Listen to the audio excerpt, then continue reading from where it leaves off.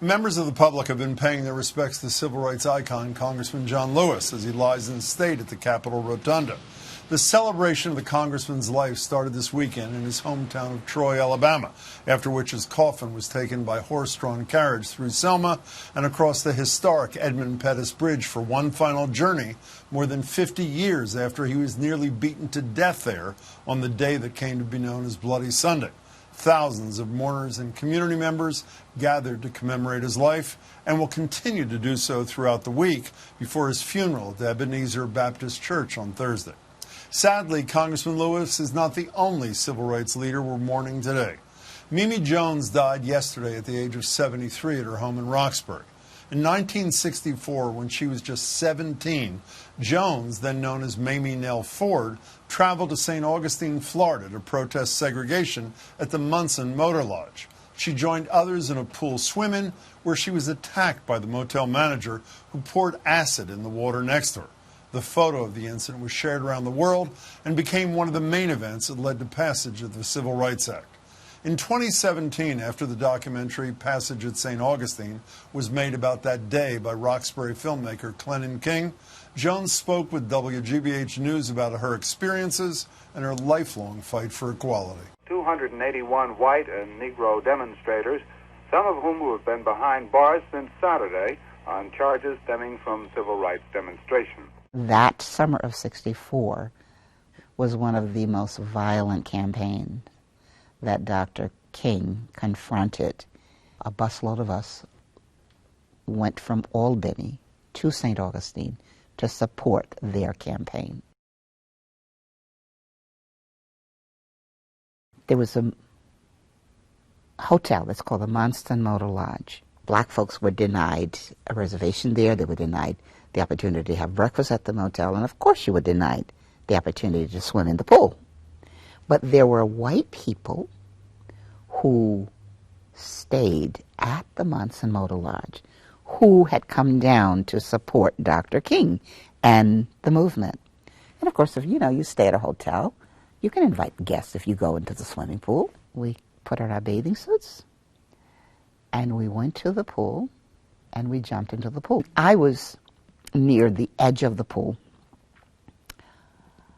and all of a sudden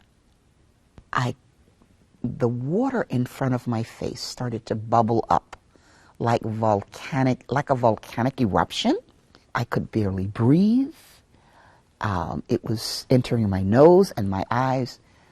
So I looked up and I saw the manager of the motel with a gallon of this substance that was muriatic acid, pouring it into the pool.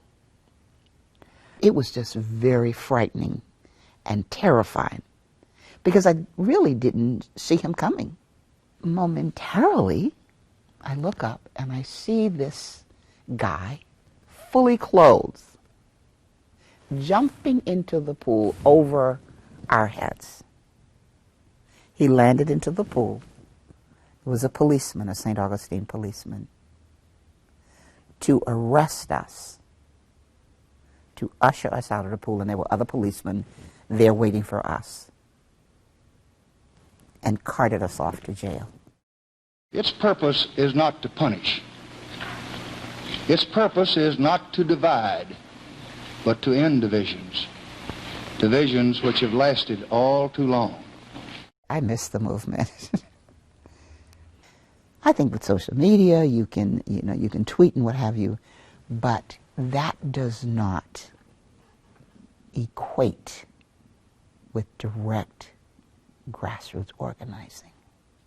I think we're going backwards.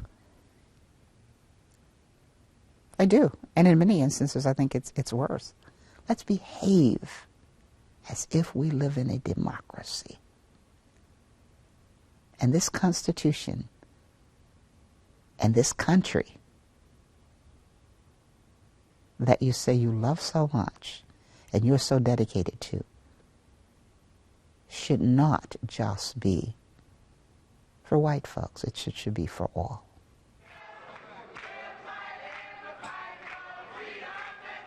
My commitment to social justice and being an activist, before I went to St. Augustine, had already been molded and crafted and shaped.